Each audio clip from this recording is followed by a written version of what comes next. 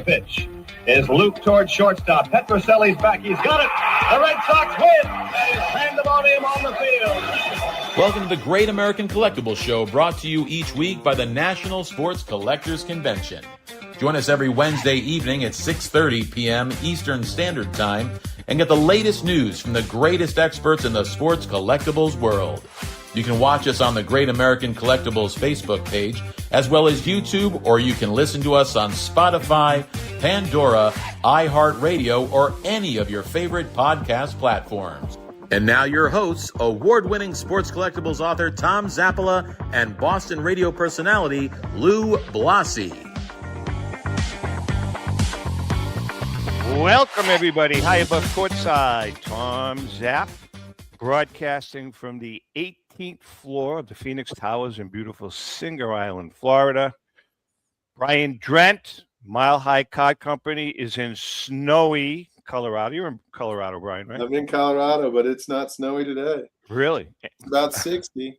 Bob Broadwater from Philadelphia, Collectibles Insurance Services, and our near and dear friend, Lou Blasi, from our studios just north of Boston in beautiful downtown Methuen, Massachusetts. Yeah. Hey, Louie, how you doing? Very good. How you doing? Good. Welcome to the Great American Collectibles Show. Tom Zapp. Rico's off this week. Louie is in this week, which we love.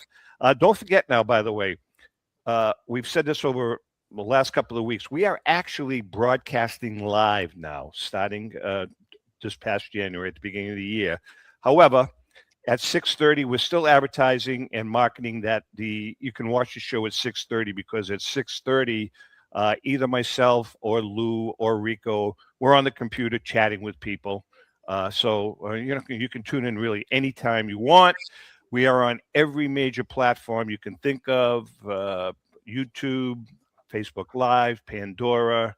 What's that woman's name? Alexa, Spotify, all of that good stuff. So we're all over the place. And Alexa, shut off, please. Alexa, you triggered Alexa. Yeah, really. All right, we got a lot to talk about. Bob's going to be with us for most of the show. Brian's going to be with us for the first segment. Brian, first of all, you have an auction ending tomorrow night, man. Is this the biggest auction in the history of Mile High? Well, in terms of lots, maybe. I mean, we have about 3,500 lots, but it's a really interesting auction just because it's so collector focused in terms of set builders. We're breaking a lot of sets. They're actually going both ways, but 51 Bowman set, high grade, all graded, 55 tops, 56 tops, 59 tops, 68 tops. That's a spectacular set.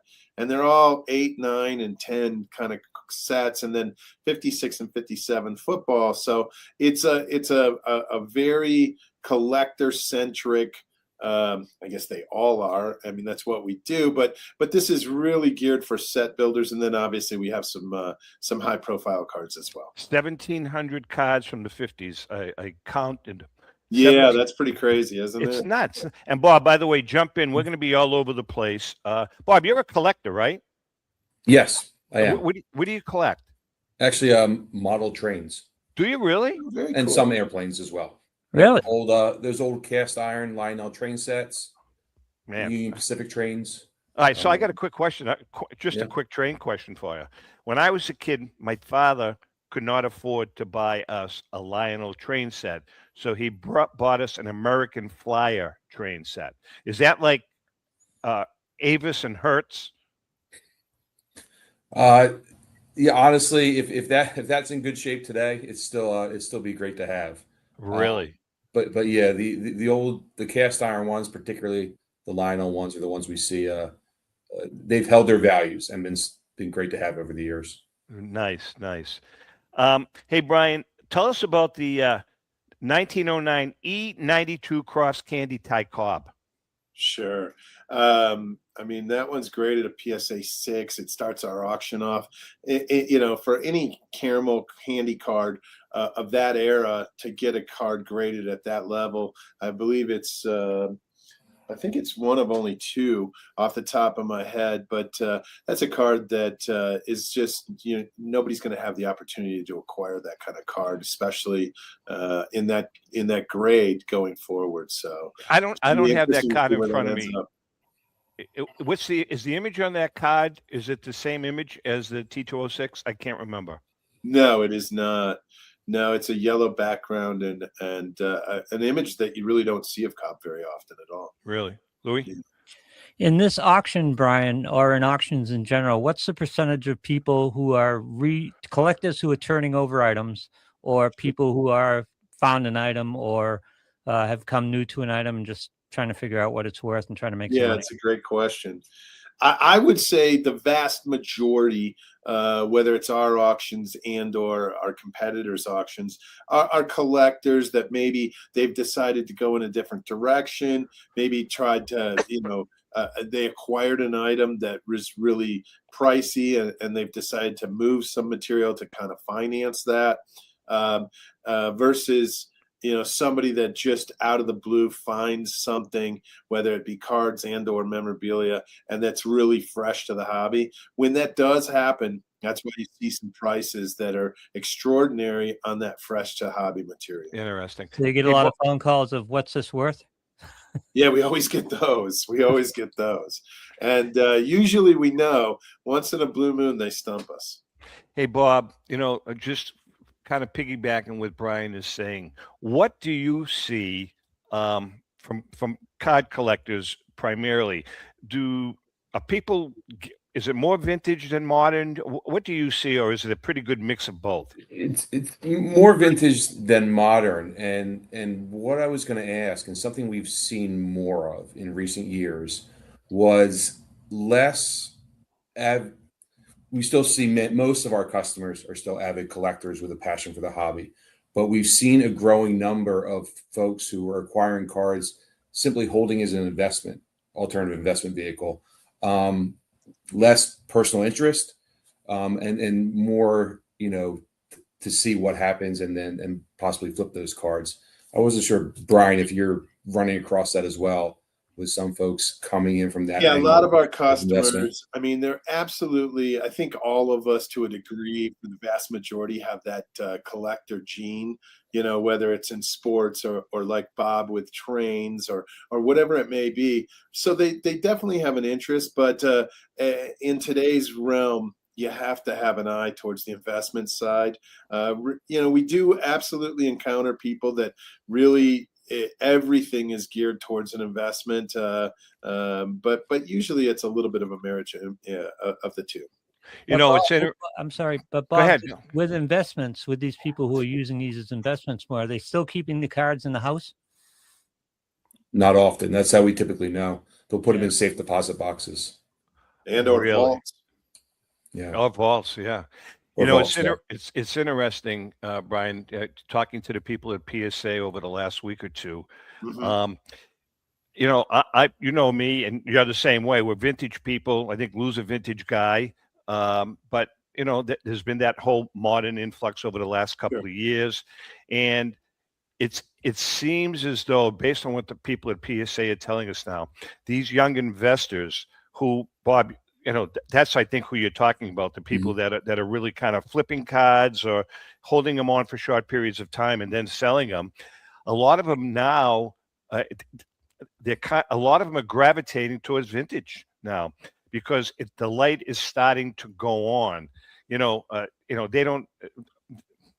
A lot of the younger people are still not familiar with the Al Kalines of the world or the Ernie Banks, but they do know the names Root, Cobb, Wagner, and those young investors now are kind of evening out their portfolios. I guess that's what we're saying.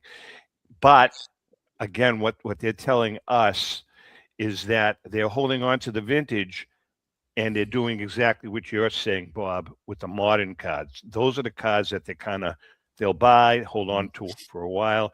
The chase cards, looking for that one-of-one LeBron James card, and then grabbing it, holding on to it, and then flipping it. Brian, you don't see much of that on your end though, do You know, you? we absolutely in the past 4, 5, 6 years have we include, we have some really nice Otani cards in this auction, and we have some modern stuff, even some Bo Nix, just for you, Tom. And so, you know, but our basis is absolutely vintage, and we do see some of the younger collectors that they've gotten into collecting, whether it be LeBron or Jordan or Otani or Mike Trout or whoever it might be.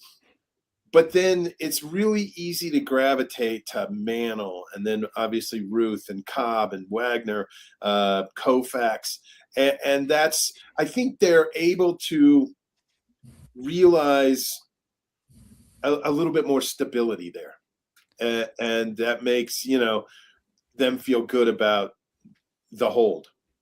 Do you think that's a fair evaluation of the two markets, Brian? Is it kind of a NASDAQ Dow type of situation where? I think so, absolutely. Yeah, there's blue chip stocks, and then there's tech stocks. Yeah. And the vintage is like a blue chip, and it just gives you a lot more assurance of long-term value. Bob, let's talk about, there's been a tremendous, and it goes part and parcel with, the values of cards and what's happening with the values. Theft is almost running rampant now in this hobby. Every day you go on Sports Collectors Daily, Brian, and every day there's an article about someone being arrested or someone being broken into. Shop that got broken into. It's absolutely disgusting. I was just reading today about a woman yesterday in LA. She got caught trying to sell fence $10,000 worth of stolen cards. My question to you, Bob, are you seeing an influx in theft insurance? Very much so, and much of it is targeted to our sports and trading card audience. That's just where we're certainly seeing the highest frequency. What's newer in this space, or at least new in the past several years, is we're seeing our sports dealers targeted much the way jewelry stores or convenience stores have typically been targeted. That wasn't always the case with sports dealers, not to the same extent, but now trading cards, people recognize the value. So we've seen the common smash and grab. We've actually had a few folks have cars driven through their front door in their store, and the package thefts. That's rampant, and that's with everything. But certainly we see it here. It's probably one of the highest selling points of our insurance is recognizing that not only the package, but also more and more we've had dealers be followed and their car broken into. So it's definitely, that awareness certainly needs to be there, that people know now these values that aren't necessarily directly tied to the hobby, and unfortunately will steal them. Okay, Bob, how do you deal with the obvious challenge there, which is with dealers, the inventory is changing constantly, the value of the inventory is changing constantly, cards come in and out all the time. How do you cover them adequately and deal with that volatility? It's a great question. So as part of the process, when dealers come to us for insurance, we talk to them about how they maintain and track their inventory. And for a long time, some of those processes weren't that sound. We've seen dealers become much more sophisticated with tracking that inventory and managing that because they recognize it can be a fast-moving inventory. Some dealers obviously do better than others, but we do ask what tracking mechanisms are in place for inventory held on hand, how it's cataloged, where it's stored, when they're attending a show. Do they document out what they're bringing, and kind of what they come and leave with, basically, so that we know, should something happen in one of those intermediary steps of transporting those goods, what documentation did they have to show what they had on hand. Unbelievable. Hey, Brian, you have a Cobb with the NBA Silver Diamond. Can you explain? I know Mike, good guy. Yeah. What the NBA Silver Diamond is? Sure. So I believe you're probably talking about the T206 Cobb, the red Correct. portrait in a Yeah. NBA 7. So, and that's a great question because I don't think a lot of our customers and a lot of collectors in general understand this right now. That card in particular, when a card's in an NBA holder, the highest sticker that it can be placed on it for eye appeal is actually the silver sticker. They don't put gold on their own NBA holder. So that is for exceptional eye appeal. And if you look at the card, I forget what lot number it is, but you look at the T206 Red Portrait Cobb in the NBA 7. I mean, quite literally, you're not going to find a nicer card graded near mint 7. I mean, it really, stacks up against most any near mint to mint card. And it's been recognized with that silver label. Now, cards that are in PSA as well as SGC and Beckett holders, they obviously can get gold label, the gold sticker, and then cards that have been graded 10 can actually get the black diamond sticker. Right. But So, that they've done and they've graded in their own holder, the highest sticker they put on it is a silver. right. So it's important for our collector audience here to understand that MBA, they will also take a third party grading like PSA and put a sticker on it. You're just putting the sticker on. Right. So it's not just that MBA is another third party grader. They will actually, they will put that sticker on. It could be an SGC, it could be a Beckett, it could be a PSA. That's correct. Correct? That's correct. Yeah. You've got some other great stuff here. You've got a 55 Bowman Mantle PSA 8. That's a great card. Tell us a little bit about that. Yeah, I'm glad you recognize that one. It's a card that, oftentimes, not that it's not a fabulous card, but we put it up in the gallery section, and it's obviously got nice value, but it's we recognized it just because the card was so nice for the grade. Right. Obviously, it's the TV design. That's the dark mahogany. And obviously, that without question, it's easy to recognize where on the corners on that card. And this one just really is a very high level PSA 8, and it'll really fit nicely into somebody's collection. We are chatting with Brian Drent from Mile High Card Company, Bob Broadwater from Collectibles Insurance Services. Brian, you're going to stick with us for a few more minutes, if that's okay? I got a couple more minutes for you. I do apologize, but no problem. Brian, let me ask you about the roster on a given auction and how you manage that. In other words, will you be reluctant to put two really high-end cards or two really high-end items together? Yeah. Or is there a process to managing that roster? That's a great question. Hold on, Lou, are you talking about two different cards or the same card from two different? No, two different cards. In other words, if there's a 7-figure card in the collection, you might not want to put two up in the same auction because that's a good question. Limited amount of money. That'd be a nice problem to have, obviously. Yeah. But no. To answer your question, Lou, if we had two bat off shoulder Ty Cobb PSA 8s, we're not going to put those in the same auction. That was my question too. But rather, if we have 264 Sandy Koufaxes in a PSA 8, which is a fairly common card and more often than not going to sell for almost nearly the identical kind of money, that's another question, and we would be okay with that. But if they're real higher profile cards, we're gonna let our consigners know, hey guys, we really appreciate it, and I wish I could take that one, but I've already got a Koufax rookie in an 8 or a Clemente rookie in an 8, and I don't think you want to put yours in this auction.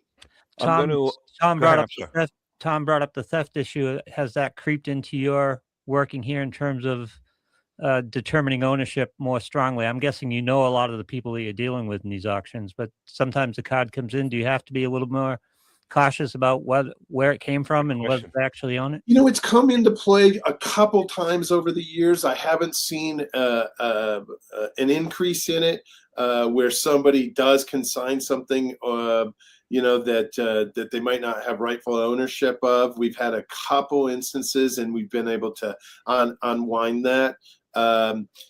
So, one thing that we do is we do monitor message boards. So if people are posting about collections that have been stolen and items in those collections, and then we get offered an item like that, we're really on top of that, and so we'll be aware from that standpoint. That's a real interesting point, Brian. Bob, does photo matching come into play with you guys when you're insuring something or there's some theft? I know photo matching is huge now in the hobby. Does that play into with you guys at all? To a certain point, yes. Certainly higher valued items, we do that. And also, I want to reiterate, we also keep a close eye on high profile thefts, whether it's from a show or a dealer or that's a customer of ours or one we hear about. And we do look out for those cards to make sure on the other end of the spectrum, it doesn't then become a part of insurance fraud. All right. That's a whole. But yeah, we photo support and photo matching is something we do ask of our customers. All right. I think what we're going to do is, Brian, I know you have to go. Brian, when does the auction end? Tomorrow? It ends tomorrow, which is the 15th. Yeah. You can go to www.milehighcardco.com. Like I said, there's a little over 3,500 lots. I think there's, believe it or not, 31 or 3,200 PSA graded cards in this auction. Crazy. So there's a tremendous amount, and there should be something to satisfy about every collector's desires. Okay, Brian. Listen, thanks for jumping on board. I know you have to run out. Bob, you're going to stick with us for a few more minutes? Yes. Now we got to talk insurance. I mean, you got to have insurance. And by the way, Brian, you remember you did the voiceover for Collectibles Insurance Services. I did for quite a long time. Right. All right, we're going to take a quick break. But Brian is leaving us. Bob's going to stick around. Hang in there. We'll be right back. That's it. Stay, Brian.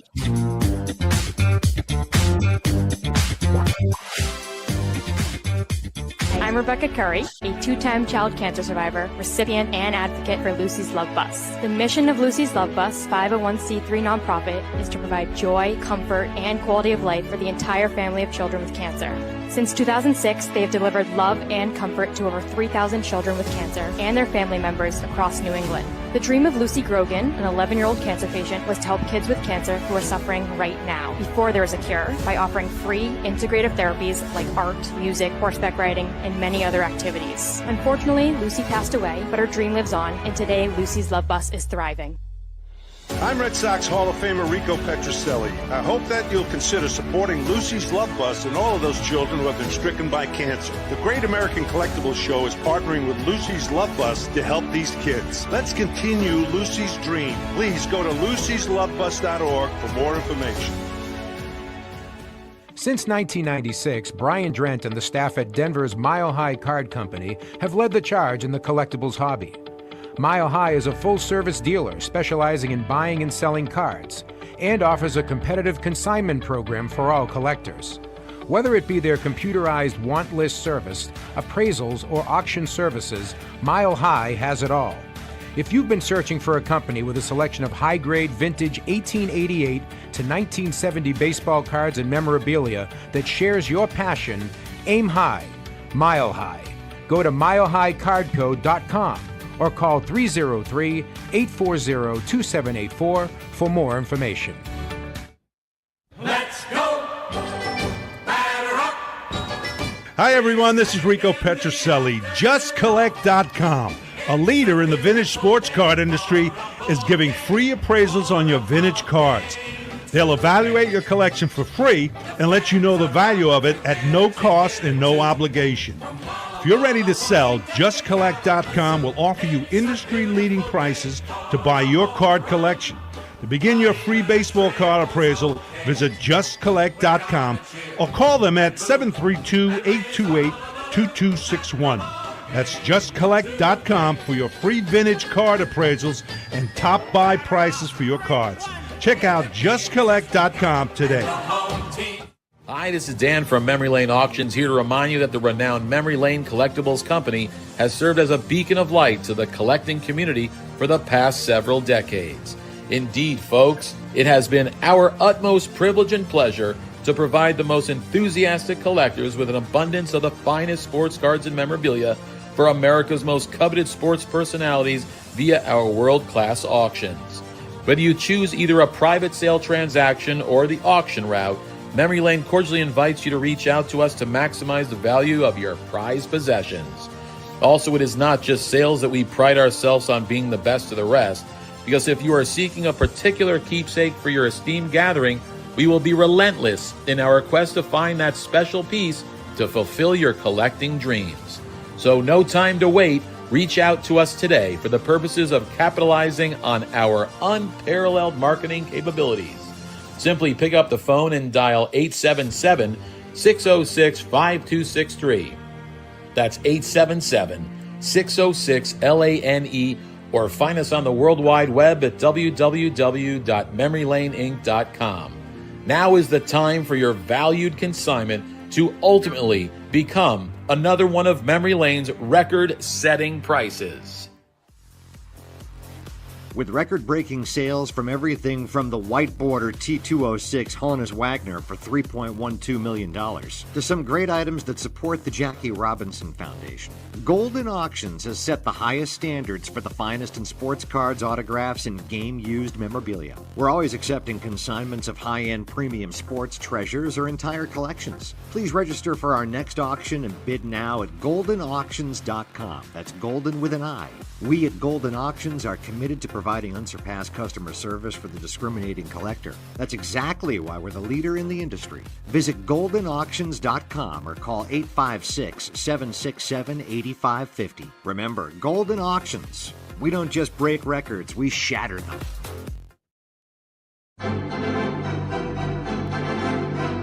How would you like to own the bat that was used by your favorite player when he hit that towering home run or game-winning base hit?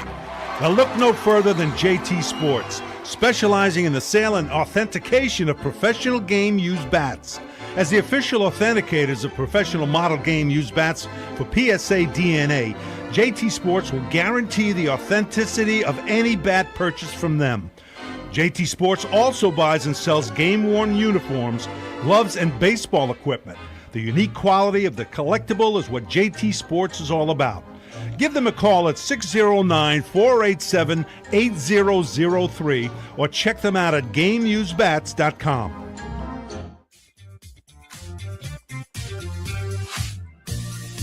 Okay, we are back. Tom Zapp, Lou Blassie, Bob Broadwater from Collectibles Insurance Services in the house. We're going to get to Bob in a couple of minutes talking about insurance. And listen, we try to drum this into your head. I know I have friends that have unbelievable collections and they're not insured, and I'm always hopping on them. You've got to get them insured. People are starting to gravitate towards you more and more that listen to the show, but I can't stress the importance of having insurance. But we're going to talk about that in a few minutes. But right now it's time for another Crackerjack moment brought to you each week by our good friend Paul Borges and PB Collectibles. Go to pbcollectibles.com for that special vintage card at an amazing price. Crackerjack book. You can get it signed. We signed a bunch of them. They're discounted. We went through all this. They found a couple of cases in the warehouse. We thought they were long gone, but they're not. This week, we are talking about one of my favorite players in the Crackerjack collection, Smokey Joe Wood. Had it not been for an injury-shortened career, Fireballer Smokey Joe Wood would be a lock for the Hall of Fame. The hard-throwing righty had an unbelievable 34-5 record in 1912 with a sparkling 1.91 earned run average and led the Red Sox to the World Series championship. Wood started in the series posting a 3-1 record. He is credited with the win in Game 8 when Giants outfielder Fred Snodgrass dropped the fly ball that ultimately lost the series for New York. The Snodgrass muff will forever be remembered as one of the biggest blunders in baseball. The 1912 season also saw Wood participating in one of the most legendary pitching matchups of all time. On September 6, 1912, Smokey Joe Wood faced off with Washington Senators ace and future Hall of Famer Walter Johnson at Fenway Park. Wood pitched a masterful two-hitter, and the Red Sox won 1-0. Legend has it that Walter Johnson once commented there was no man alive who threw harder than Smokey Joe Wood. Tragically, Wood injured his thumb and arm in 1913, and although he had winning records over the next 3 seasons, he was never the same pitcher. Wood's 15-5 season in 1915 with a league-leading 1.49 earned run average helped lead Boston to another pennant. The Red Sox took the series, but Wood was not a factor in that postseason game. After sitting out the 1916 season due to salary disputes, Wood was sold to Cleveland, where he promptly injured his arm again, causing him to miss most of the 1917 season. He converted to the outfield in 1918, stretching out his career for a few more seasons. Wood played in the World Series in 1920, helping the Indians best the Brooklyn Robins to win the championship. After batting .297 and banging out 150 hits in 1922, the 32-year-old Wood abruptly announced his retirement. He coached at Yale University from 1924 to 1942 and lived to the ripe old age of 95, becoming the last surviving league player from the dead ball era. And that's another crackerjack moment. All right, to take advantage of this find of these extraordinary books and get a great bargain, in the meantime, go to tomzappalamedia.com/crackerjack collection to order your copy of the Crackerjack Collection, Baseball's Prize Players. This great book will give you a glimpse into the personal and professional lives of the players in this iconic collection. That's the Crackerjack Collection, on sale now at 30% off the regular price. tomzappalamedia.com/crackerjack collection. You know, guys, I had the pleasure of way back, going way back, Lou, when the T206 book came out. We used to go to we still do, go to the show in Wilmington, the Shriners Show. And Smokey Joe Wood's son was a dealer there. And he was a nice guy, an elderly guy. And he used to, he was really big on selling Smokey Joe Wood signed checks. He had hundreds of them, and he used to show up there every year. Nice guy. All right, let's get to some insurance talk. What do you think the Snodgrass muff rates on the Aaron Judge muff? That's a good question. That's wasn't as critical. The Snodgrass's was more critical, but still. Right. Yeah, that one cost him. I mean, the series. But yeah, it's a good point. All right, let's talk about a couple of things, Bob, regarding you guys. You know, we talked about vaults earlier, that if some collectors are now storing their goods in vaults. Would you guys insure those vaults if asked? Yes, we are seeing that more and more, certainly with the higher values, but even some of the newer folks into the space as well that are utilizing those. We will insure those cards. We'll add the vault as one of the locations and where it's stored. But we do, we certainly support that because, again, of the methodology around safeguarding those. It's a better risk from an insurance perspective. Well, that's what I would think. I mean, rather than having them in a shoebox under your bed, you're probably better off having them in a vault or a safe deposit box in the bank. What about deductibles? How does the whole deductible thing work with collectors? So our standard deductible for collectors is $50. If it's a dealer, it's $500, but for a collector, it's $50. Many select that. Some of your more larger collections, in terms of value, they'll opt for a higher deductible, and much like standard insurance, they've received a discount for that. I should also add on the prior point, if they're utilizing vaults, they also receive a discount.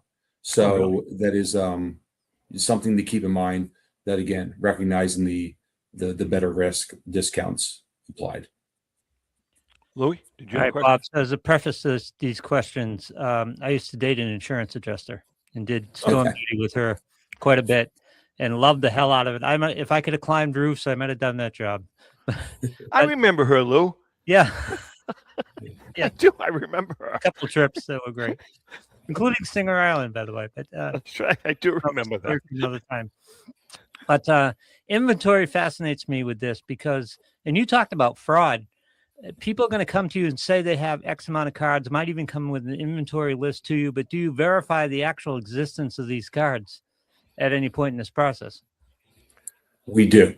We ask, as a condition of the coverage, they're required to maintain evidence of ownership.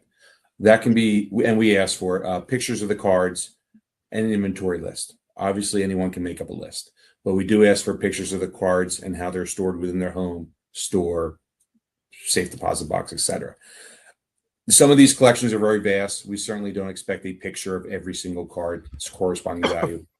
But the higher valued ones, we will ask for support. Recent transactional records, if it's something that's been acquired, if it's something inherited, more difficult, we will ask for how they're demonstrating the current value, usually a reference to one of the many valuation tools out there or marketplaces, and a photo for support. Doesn't cover all fraud. There's always a little that will get through, but it mitigates much of it. We did one house that actually had a baseball card collection in it, and Tom, we went to Phil Castanetti and did really? an evaluation there with the inventory list. But first of all, you have to make sure that the card actually existed. Secondly, you have to make sure it was lost in whatever the incident was, because they could pocket it and just claim a loss here at this point. They do. So one thing we don't cover is just mysterious disappearance. If it's stolen, typically there's some evidence of a break-in, there's a police record. It may be just grabbed from a backpack at a show. Typically those have cameras and we're able to catch and see that. We do the investigation to the extent possible, and most of the time we're able to show that something was indeed stolen, or at least there's evidence of a theft. If it's someone, and we've had these calls, they simply misplaced it, then that's not something we covered. With dealers, with shows, because we've had this in the past with some security issues at shows, does their existing insurance cover the show, or do they have to buy additional insurance to cover their trip to the show? Good question. Perhaps the biggest selling point, the two key selling points of our coverage for dealers is coverage is extended to their inventory in transit and while at the show, and shipping coverage, all the items they mail out. But the coverage in transit, especially during show season, we do have dealers reach out to us and adjust their inventory, their policy limits for what they're planning to bring to and from the shows. So as long as it's with them or with one of their authorized representatives, coverage applies at the show. What about for your average collector? I have 10 cards worth 10 grand that I want to send to Brian Drent to auction off. Are my cards covered in transit from my house to Brian's to Colorado? They are. The limits for collectors are typically lower than what we offer dealers. Dealers have more flexibility to buy higher limits, but for collectors, we'll offer as much as $50,000 in coverage for the transit and shipping exposures. What about natural disasters? I live on the river. River overflows, wipes out my collection. Is that covered? It is covered. And I'll touch on a couple points there. Why, from an insurance perspective, why this is a great business is because people go to great lengths to protect these items or, other things they own, even their cars, but certainly other personal property. People want their items. They don't want to check from an insurance company. So if there's an impending storm, wildfire, folks will usually take the steps possible to protect their collection. Obviously, can't happen always and doesn't happen with everything. Yes, we cover fire, flood, loss, accidental breakage, all your standard causes of loss that can happen while in a home. But with this business, I would say we see a little bit, not a ton of that, because of the lengths folks go to protect their collections. All right, let me give you an opportunity to educate the people watching the show now who are saying, my home insurance has got this for me. They got me covered. That's unfortunately almost never the case. These items, home insurance covers personal property like couches, electronics, clothing. They'll look at what you had at time of loss and depreciate those values. They will almost never extend coverage to collections, and they certainly won't extend it to the current market value of those items. So they may offer a small sublimit, but they'll depreciate it, which we know doesn't apply in this space. So for a much lesser cost than homeowners insurance, they can have the peace of mind to cover these items to market value. Hey, Bob, we deal with, over the years through the show, we've dealt with many private collectors that have just crazy collections. Have you ever dealt with someone that has a $15-20 million sports memorabilia collection? We will write collections as high as 10 million. That's the upper end of our limit. And generally, no individual items worth more than $1 million. There are some exceptions to that, and we do have dealers that have inventory in those spaces, as well as some personal collectors. Once they get above that, we do have partners we work with. Well, that's what I was going to ask you. So let's talk about the Ruth Caldshot jersey that was sold for whatever the hell it was sold for, $24 million. So if I own that and whatever, and I want to get it insured, you would hand it off to one of your partners because of the value of it? We would recommend, based on what it is, we would recommend a partner for any of those. We do see a little bit of that in sports, a little bit of that. We also insure art.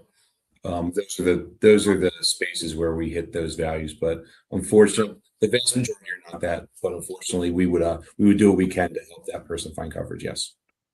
Louis? You mentioned some people would, hopefully people with their collections are putting them in safes, in vaults or safety deposit boxes or things like that. And I know there was some, I don't know if they still exist, Tom, and there's still some of those vaults going around for collectibles. Oh, absolutely. As a matter of fact, PSA has one. They have a huge vault where you can send your cards to PSA. I mean, if they're high dollar cards, PSA will grade them and put them, show you the grades, send you images of the grades, and they'll store them for you. And right in their own vault, right at PSA. Yes, a lot of companies are still doing that. And actually, it's becoming quite popular, Lou, to be honest with you. Bob, are those people adequately covered, or do they need additional insurance to fill some gaps? They're adequately covered in one of two ways. Depending on the value, we can extend coverage. A lot of times, in that case, PSA has their own coverage that will apply to the items they have in their vault. We see it with Beckett too. Yeah. They also have one. And again, depending on the circumstance, their coverage could apply or our coverage. But we do see that, and we do insure those cards. Hey, Bob, before we let you go, what about loss in the mail? I go to mail out some cards and they get lost. Yeah. Is that covered? It is. It's probably the most common loss we have. Really? Is the shipping, and that also is part of the peace of mind. Folks feel pretty good when it's in their possession, but you have no control over what you order and is being sent to you. We cover that even if it's getting worse, missing or taken off your front step. What was that, Lou? It feels like it's getting worse too. It's like the Wild West. Everyone's it's crazy. To the delivery and saying, "Does anybody know this house? I don't know where this got delivered." We do ask, for the maximum coverage to apply, we do ask where possible that items are ordered with a signature required. Not always available, but if possible, we do. That's preferred. Let me ask you. You got to have some great stories. What comes to mind first about some great losses or claims that you've had to deal with? Yeah, we've seen some unique things. Some of the high profile ones recently, we've seen the show thefts, and what's been interesting about those is a few of them were these were professionals. There was a coordinated effort of multiple people involved, so much so the FBI was involved because they were involved in thefts of other things. What's impressive is some of the stuff we've been able to get back once the thieves have been caught, but the coordinated theft rings and higher profile criminals targeting sports shows, that that wasn't always the case in this space, and we're seeing that more. We also, another one, folks need to be careful. We see theft of baggage at airports. Ooh. Again, people are sometimes identified and followed when they might not think so, and we've seen bags taken at airports, and again, caught those people on camera in some cases, and been able to return those items. But it's something, for everyone just to be aware of, that right. It can happen anywhere. Did anybody's dog eat a mantle, or anybody's wife spill some tea on it? One quick story. Sure. We have seen exes steal items of value. It's happened several times where people break up. The ex still has a key to the place, the code to get in. They go in, steal the stuff, and sell it. Unbelievable. But it's interesting, Lou. I would think, and I know it happens every day now with shows, some guy steals a card. If the card is in a PSA holder, it's got a certain number on it. So obviously they go right to PSA, and that card, I mean, how can you fence that card? You know what I'm saying? I mean, yeah. I mean, you're not, if you're going to break it out of the holder, then it becomes a raw card, and it's even that much more difficult to sell because, most raw cards are very difficult to sell because, a lot of them are fakes. Anyway, I just think it's, there are some safety things in place, but Bob, you must see everything, every typical angle of cards, getting insured and getting damaged. Well, let me ask you this, because Tom, you brought it up at the shows. You see these young kids who are selling cards and trading cards, and they're walking around a lot of money, which is obviously they're vulnerable, a lot of cash going on. If a dealer goes, or a insured collector goes in with a card to a show and sells the show for cash, is that cash covered when they leave? Good question. In transit? They would not. No, not in that case. The coverage just follows the card, right? Yep, the coverage just follows the item. Yeah, interesting. Wow. Bob Broadwater, man, it's been really eye-opening for you to come on today, and I really appreciate you. You were supposed to be on for like 15 minutes, and I'm glad you stayed on because you're educating, the viewers, the listeners, and Lou and I. People, I can't stress, if you don't have insurance, you're playing with fire. Where can people contact you guys? Collectinsure.com, or just Google Collectibles Insurance Services will come right up, or Sports Collection Insurance will come right up. And they can get a quote right online, reach our team, and our team's happy to learn about what they have and provide a quote for coverage. Awesome. Bob, thanks again. And listen, hopefully if you're at the National this year, you got to stop by and come on the show. We'd like to, because again, people find it very informative. No, so let's plan on that. All right. All right, we're going to take a quick break. We come back, Lou. Lou, I want to talk a little baseball, a little football. Is that okay with you? Yeah, it's fine by me. Be All great. right. Hang in there. We'll be right back.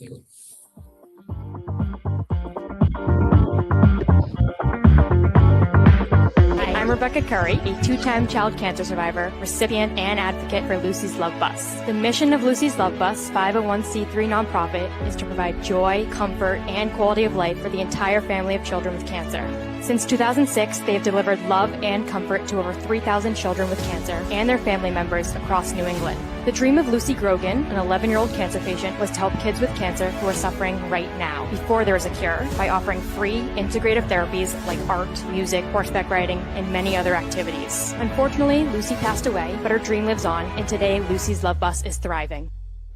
I'm Red Sox Hall of Famer Rico Petrocelli. I hope that you'll consider supporting Lucy's Love Bus and all of those children who have been stricken by cancer. The Great American Collectibles Show is partnering with Lucy's Love Bus to help these kids. Let's continue Lucy's dream. Please go to lucyslovebus.org for more information.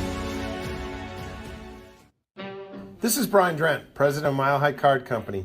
Is your sports card and memorabilia collection properly insured? For easily replaced personal property, homeowners insurance is all most people need.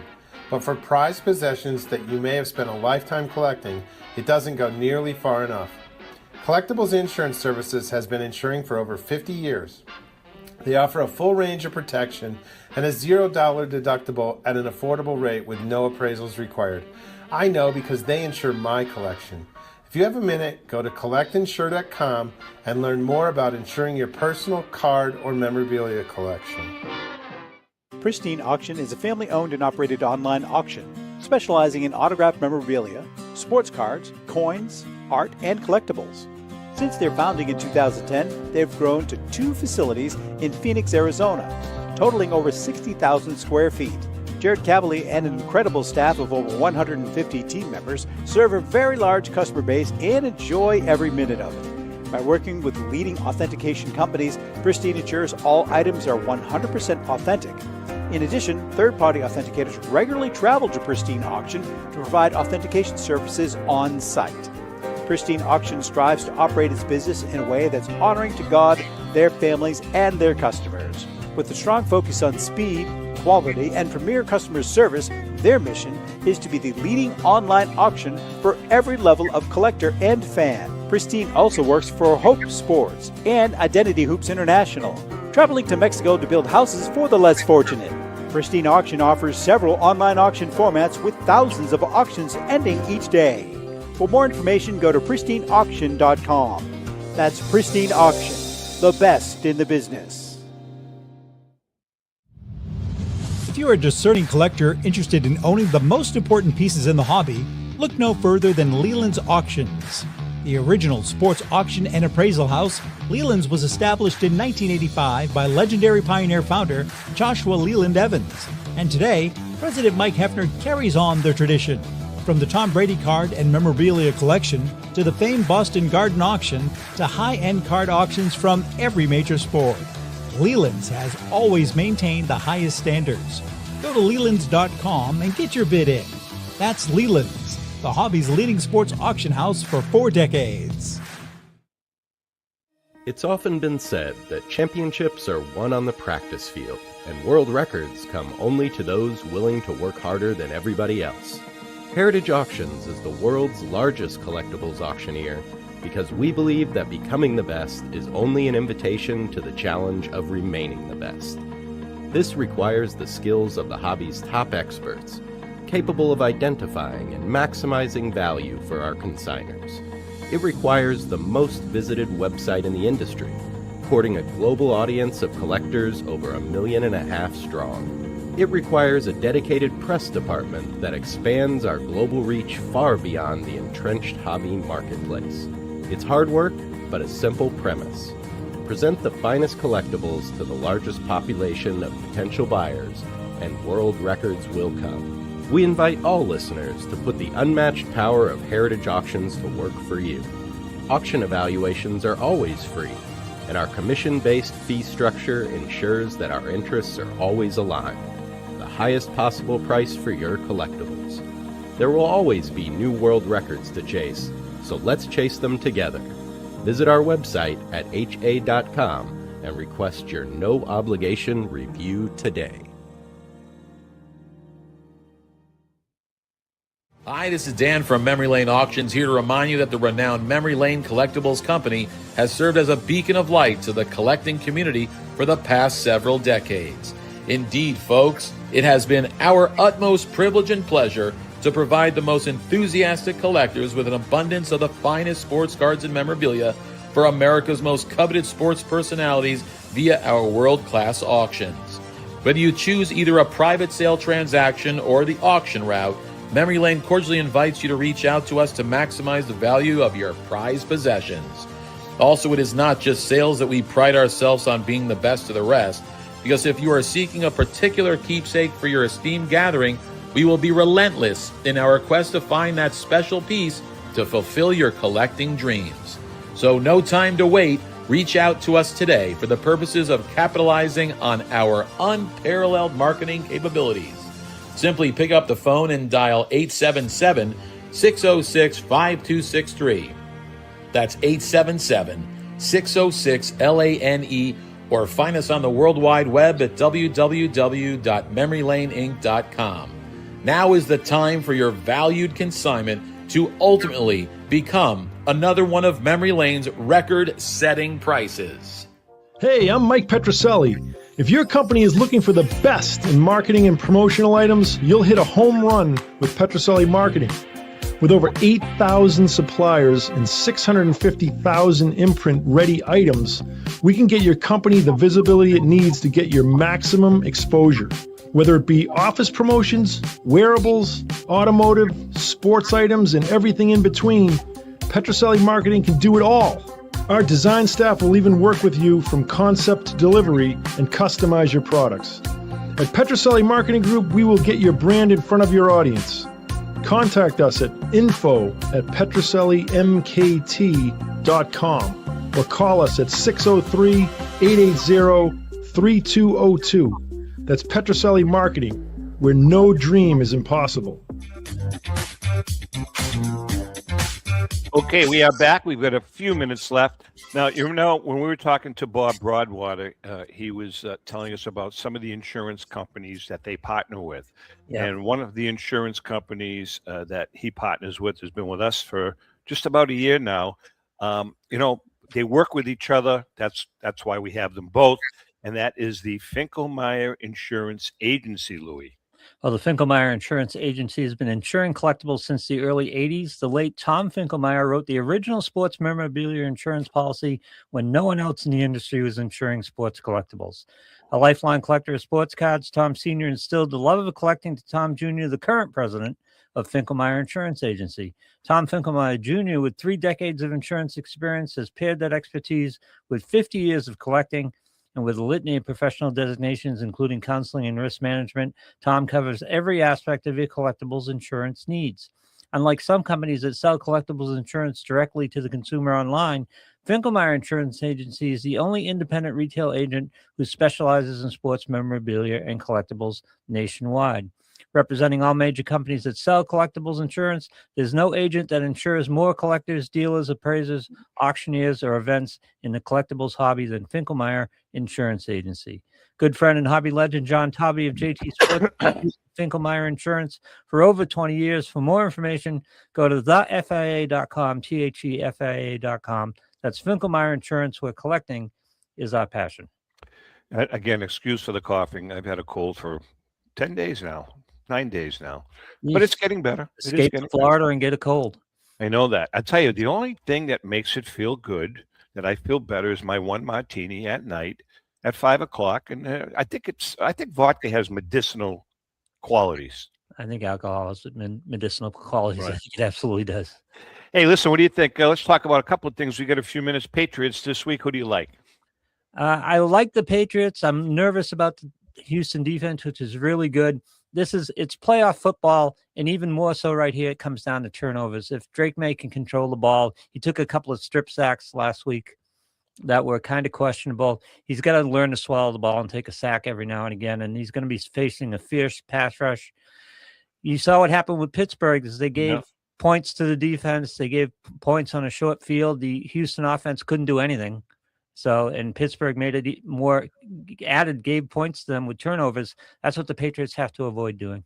I could be wrong. Maybe I'm a little naive, but I went into the playoff season not hoping. I said, look, the way I'm looking at this season, if the Patriots can win the first game in the playoffs, I'm really happy. After that, they're playing with house money. I agree. That's kind of what they're doing now. I think they're playing with house money. Nobody expected them to go this far. What about the Super Bowl? I see this game as winnable, so I will be disappointed if they lose it. It's not like they're in over their heads. Offensive line and turnovers, that's going to be the big thing. Yeah, the kid Campbell, he got a lesson last week, didn't he? Yeah, but and I'm trying not to hit too hard on him because he's playing. Oh no, I love the kid. Pretty good player. I love the kid. Yeah. Before we switch to baseball, what's your prediction? Who do you like in the Super Bowl? Who do you like to win the Super Bowl? It's tough because Philly was a good team, right? We thought Philly was a really good team. Seattle is just tough to call. It's almost got to be Josh Allen's year, doesn't it? It almost feels like he kind of smells it. You know something? I was saying the same thing. He's the guy, they had such a disappointing regular season, but he steps up, man. and it would not shock me at all if they went all the way. I mean, all his ghosts are gone. Yeah. In his mind, there's probably nothing between him and in the Super Bowl win he's been looking for. And like I said, he seems to be smelling it right now. So I couldn't agree with so let me ask you, would you rather play Denver in Denver next week with a win, hopefully, or have the Bills come to Buffalo? Because it's tough because I don't want to face Josh Allen. I agree with you. Both teams are really good. But I was praying that the Pats were not going to face Josh Allen in the first round because there was a possibility there. To answer your question, definitely play Denver. Play him at Denver. I don't care where you play him. Try to stay away from Buffalo. Totally agree. Denver has been a horror show for us, even in the Brady era. So it's tough. That's a little painful. But Josh Allen kind of scares me right now. Yeah. What about the Red Sox, Lou? Now that they crapped out on Bregman, what do you think they do? I'm so disgusted. Oh, and you know something, to our Boston fans, I love you guys, but I would be 1,000% shocked if Bichette signs with them. No. The only reason being is because I think, forget the $300 million, the fact that he was always the second fiddle, I would tell them to go, you know where. Yep. Right. I'm as happy as I am with the Patriots, and I feel like a fan. I'm almost giddy. I'm trying to tamp down my enthusiasm about Drake May and the Patriots. I'm so disgusted with the Red Sox. And it's not so much the way they've handled the offseason and what they aren't doing. It's the way they talk to you while they're not doing it. Absolutely. Right? It's just like, listen, there's a collective bargaining agreement negotiation coming up. John Henry's going to be huge in it. He's going to want to control costs. If he doesn't want to sign a guy for 8 years, Bo Bichette, by the way, if he doesn't want to sign that, and that's his strategy, that's fine. Just don't tell me different. Tell me that's what's going on. Right? Yeah. I don't know what they're going to do now. I mean, they need a third baseman. Marcelo Meyer, I'm not sure he's ready. I'm not sure he's ready. What can he play? 80 games, 90 games? How much? Exactly. You know who's going to? I mean, if they do nothing this year, you know who's going to really become prevalent in that starting nine is Gonzalez. Is that his name? Gonzalez. Romy Gonzalez. Romy Gonzalez. I'm telling you, he's going to get a lot of playing time, but he's still not the answer. He's still not the answer. Anyway, well, at least we'll get to see how things expand with Roman Anthony, and that's something we have to look forward to. Yeah, I think I would throw. I said this a couple of weeks ago. They haven't traded Duran, which is good, I think. So I think their outfield should be Duran. What's his name in right field? What's his name? Abreu. Abreu and Anthony in center, and move Rafael to second base. Keep him at second. Make him a second baseman, and then hopefully that's tough because I don't know what Roman Anthony would be in center. And put him in right. Well, so then put him in left and put Duran in center. That's fine too. I have no problem. Rafael is Jackie Bradley Jr. There's no doubt. I totally 1,000% agree with you, Lou.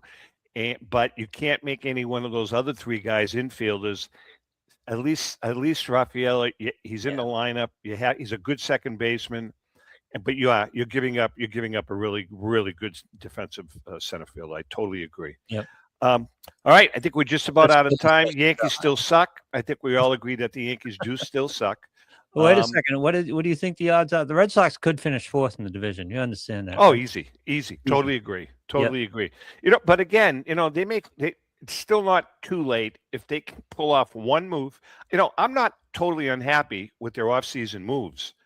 I really am not. Sonny Gray, I mean, he's at 3 or 4. The kid Avedo, I think his name is, he's got some real potential. They're really high in him.